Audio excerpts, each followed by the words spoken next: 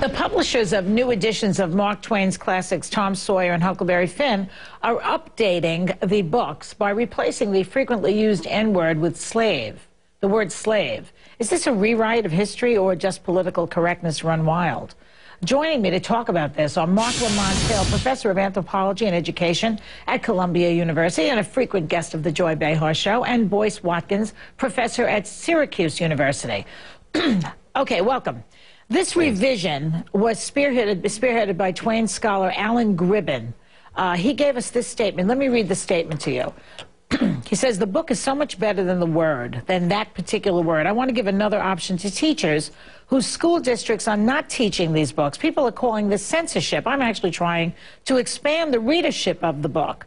Mark, what do you respond? How do you respond to something like that? He really is saying, I want more children to read the book, and the teachers are not letting them because of the N-word all over the book 219 times. Yeah, I appreciate that his intentions, and I don't doubt that he's well-intentioned. The problem is, while he's trying to expand readership for the book, when you take out the N-word, it's no longer the book. So much of this book is about the N-word. So much of this book is about how people are navigating race in this historical moment. Of course, the book's bigger than that. It's about loss, it's about estrangement, it's about death, it's about sorrow, but it's also about race. And to take that out is to deny students and teachers the opportunity to talk about something really important. Okay, Boyce, here, let me say this. The word slave, to me, to substitute the word slave doesn't sound equal to the N-word, because the N-word is an epithet, it's a slur, it's supposed to make somebody feel bad, whereas the word slave is an unpaid description of a job in a way. It's a servant, you know, so it doesn't seem like an equal switch in the word. How do you respond to that?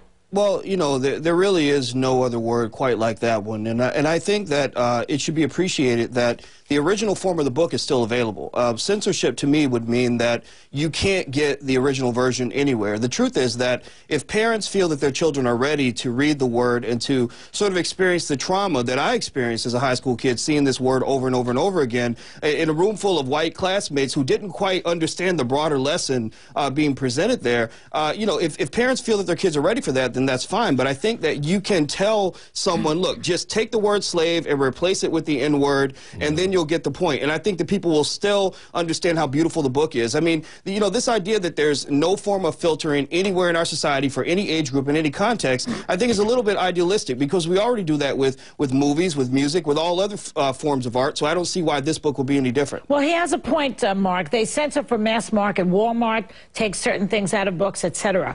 What do you think about that idea? The fact that you could get the book in a library, you could get it in Amazon, just can't get it in a school. Right, but to make that point is to ignore a reality in American racial life, which is that we go to extravagant lengths to avoid talking about race. If you give somebody the opportunity, particularly white people, the opportunity to not use to talk about the N-word, to not talk about race and racism and white supremacy, they'll take it. Every school district in America will avoid getting the book with the N-word in it, and we squander an important opportunity. The example Boyce gave is a very good one. He said, when I was growing up in school, you know, that the word was used and it made me uncomfortable. That's not a problem with the book, though. That's a problem with the irresponsible school system and a poor teacher who squandered an opportunity to talk about race in sophisticated fashion. We need to talk about better teaching, not changing a book. Yeah, he has a point. You know, the thing is, it's letting white people off the hook.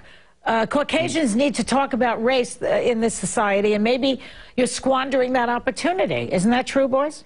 Well, number one, a lot of schools are not presenting the book at all to their kids, so they're completely getting rid of this book as a vehicle to discuss race. But I think that if you're asking me if we need to discuss race more responsibly and more directly in American school systems, I think the answer is absolutely yes. I mean, we've missed so much of the Black American Holocaust that was experienced in America, which precludes our ability to really understand the society that we live in today. So I'm in complete agreement that we need to talk about race, we need to talk about it honestly, but I don't necessarily think that you have to bring this book as the way to do that. And I also think that parents deserve the right to decide if their kids are ready for this book, because I had kids tell me just the other day that they got into a fight because you know, some of their white classmates didn't see the broader lesson and actually made fun of them and repeated words from the book because they've been given an excuse to do that because of what they'd read in class. So I think that you know, again, if the book is available in its current form and also in the modified form, it only expands the audience and expands the opportunities for people to read it. Right. It expands the opportunity to read the book, or to read a book, but not the book. This isn't the book that Mark Twain wanted us to read. That's not the book that Mark Twain intended and he's us, dead. for us Let to me read. just add that Mark Twain, as we all know, is dead a long time.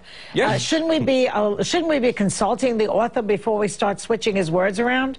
And that's exactly the point. Particularly somebody like Mark Twain, he has a very famous quote. He said the difference between the almost right word and the right word is very large, actually. He said it's the difference between a lightning bug and lightning itself. So Mark Twain was very clear that he used very specific words, and he didn't want them changed at all. So I think we have to honor that. And since we don't have a Ouija board and can't address Mark Twain, we need to just go with what he wrote. But we can't. But remember, you know, Mark Twain wasn't shy about making sure his wishes were heard. I mean, this is a guy who said, "I don't want my autobiography published until 100 years after my death." So he had plenty of opportunities during life to tell us how he wanted his work to be presented. But the reality, though,